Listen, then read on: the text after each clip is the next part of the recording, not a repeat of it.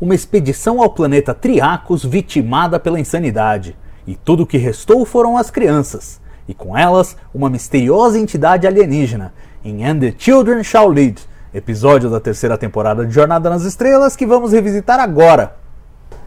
Bom, dizem que de boas intenções e de péssimos episódios o inferno tá cheio, e sem dúvida há um lugar marcado para And the Children Shall Lead, um dos piores episódios de toda a franquia de Jornada nas Estrelas e seguramente aí um dos 5 piores da série clássica. Podemos até discutir se é o primeiro, se é o segundo, se é o terceiro, mas que é um dos piores, não há a menor dúvida. Apesar das boas intenções do episódio originalmente, a ideia de tentar mostrar a tripulação enfrentando os seus maiores medos, né, manifestados ali por aquela criatura alienígena. E essa ideia nasceu com Edward Laxo, um roteirista que tinha uma certa experiência, chegou a disputar aí no começo da terceira temporada, chegou a disputar a vaga que acabou ficando com Arthur Singer como editor de histórias, o braço direito do Fred Freiberger, e apesar de não ter conseguido essa vaga, Gene Roddenberry resolveu ouvir as ideias que ele tinha para histórias e acabou encomendando essa aí que ele tinha proposto para que ele desenvolvesse como um roteiro. Mas veja, era um roteirista que não tinha familiaridade prévia com Star Trek e uma equipe de produtores também sem familiaridade com a série. A combinação, como a gente pode ver aí no episódio, é explosiva e catastrófica. Se por um lado os 4 primeiros episódios da terceira temporada tinham roteiristas experientes de Star Trek, né, mesmo com a produção aí, os produtores mais verdes, nesse caso aí ficou patente e manifesta toda a inabilidade conjunta aí para lidar com o conceito de Star Trek, mesmo com Gene Roddenberry ali na função de produtor executivo, tentando passar memorandos e dar instruções e tentar dar um curso rápido de Star Trek para o Fred Freiberger. E como se não bastasse, esse episódio tinha uma pegada mais sombria, que talvez tivesse ficado mais interessante, mas acabou sendo diluído não só pelas cobranças da NBC para que fizesse um episódio mais maneiro, que pudesse ser exibido na TV aberta com tranquilidade, mas também pelas reescritas do Arthur Singer e do Fred Freiberger, que foram aí podando o episódio. Então, se por exemplo o episódio começava com as crianças em choque por causa da morte dos pais, aí eles deram uma suavizada, as crianças estavam em negação e tinha até aquela coisa da brincadeira e tal, que criava um contraste meio sinistro, mas ao mesmo tempo tirava um pouco do peso, né, do episódio, do drama. Era para ter sido uma grande história de terror e virou uma história de humor involuntário, né, por mais que tenha tido aí boas intenções. Além do que, a reescrita realmente muito descuidada, muito barata do episódio. Então, por exemplo, para citar um exemplo clássico, o Kirk ao final chama a criatura alienígena de Gorgon, né, que é o nome que ele tinha no roteiro desde o começo, mas nas reescritas sumiu qualquer explicação, né? Um nome até que é meio emprestado ali da mitologia grega, né? Uma referência a Gorgon, né? As górgonas, das quais a Medusa é uma mais conhecida, criaturas monstruosas e tal,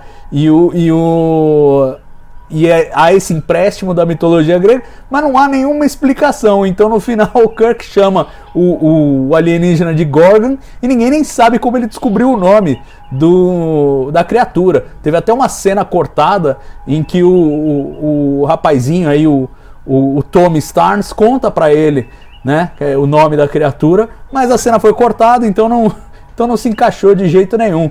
E aí o que nós tivemos é realmente um roteiro muito mal acabado e que causou conflitos dentro da produção. Um dos caras que odiaram esse roteiro foi Leonard Nimoy. E ele, mais uma vez, procurou a produção, procurou o Fred Freiberger, e aí já começaram a nascer mais conflitos entre eles.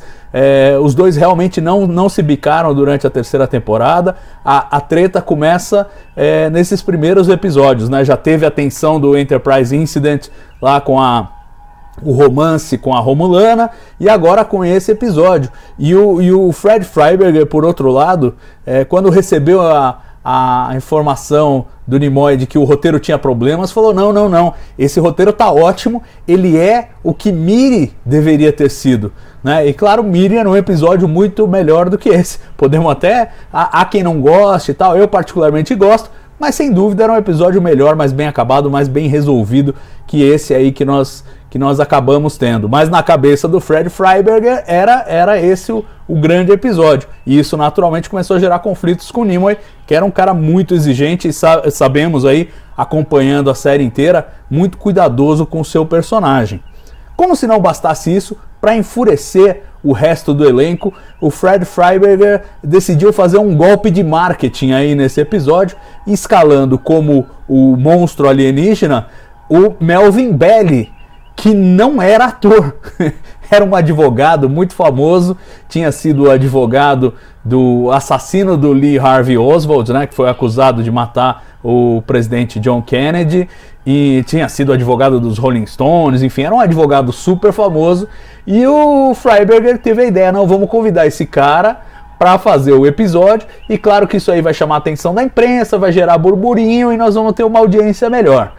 Não que tenha dado certo. O que isso ocasionou, na verdade, foi a fúria completa dos atores, que viram um cara completamente incapaz de exercer o seu papel diante daquelas circunstâncias. Para que vocês tenham uma ideia, quando começaram a gravar com ele, ele começou a improvisar as falas. Ele achava que ele podia improvisar, como ele talvez fizesse no tribunal, né? E falar mais ou menos do jeito dele.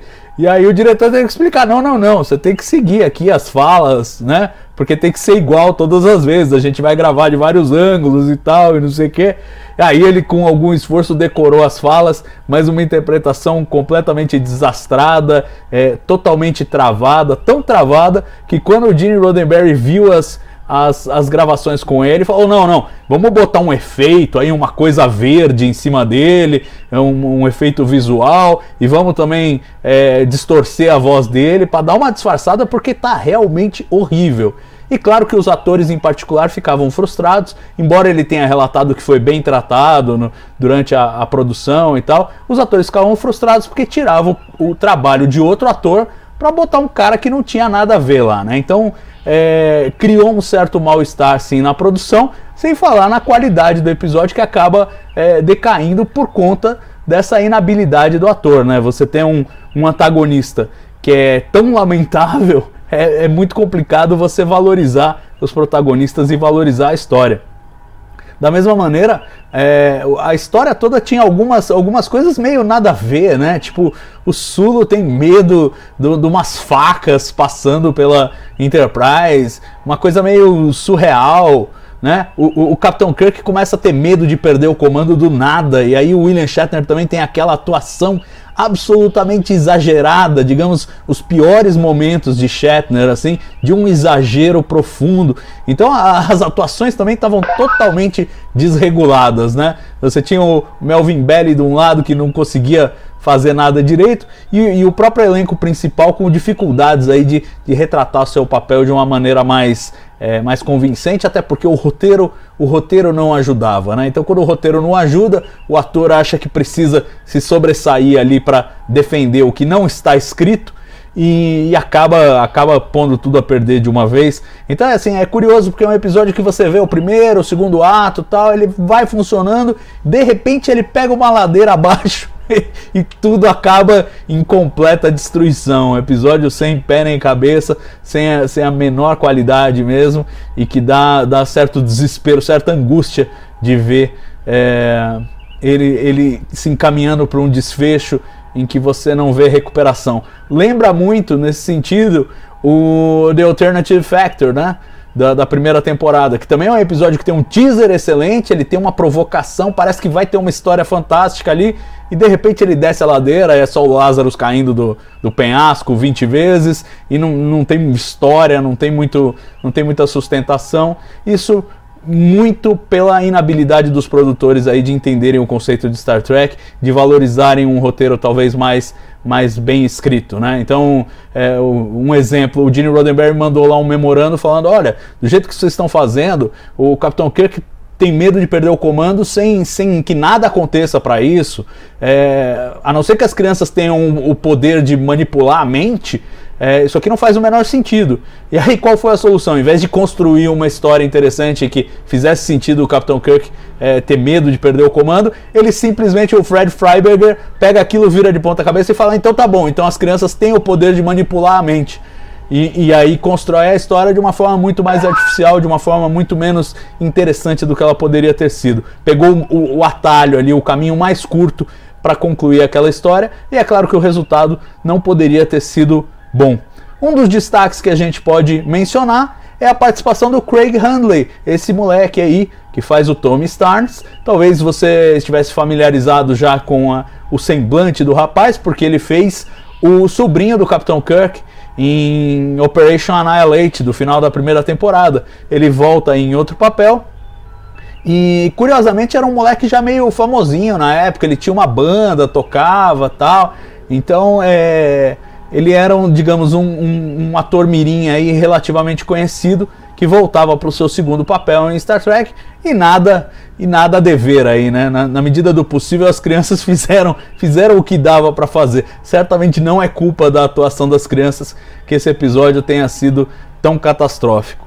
Para a direção, tivemos Marvin Chomsky na sua estreia em Star Trek. Ele era amigo do Bob Justman e ganhou aí uma chance de fazer um episódio. Ele que tinha familiaridade com westerns e tal, e o negócio dele era realmente blocar, filmar, não tinha muito, era aquela metodologia de televisão clássica, não estava muito preocupado com a arte do negócio, não, vamos fazer a coisa andar, e realmente era algo que precisava, né, porque estávamos já no 5º episódio da terceira temporada, e esse é o primeiro episódio que a gente vê ser concluído em 6 dias, né? E dentro do orçamento. Tivemos estouros de prazo em alguns, estouro de orçamento em outros. O Enterprise Incident, episódio anterior, quase fechou no orçamento, estourou por um pouquinho, $1.000 e poucos, mas estourou. E esse é o primeiro episódio da temporada que realmente fecha dentro do orçamento, fecha dentro do prazo, e consegue mostrar para a Paramount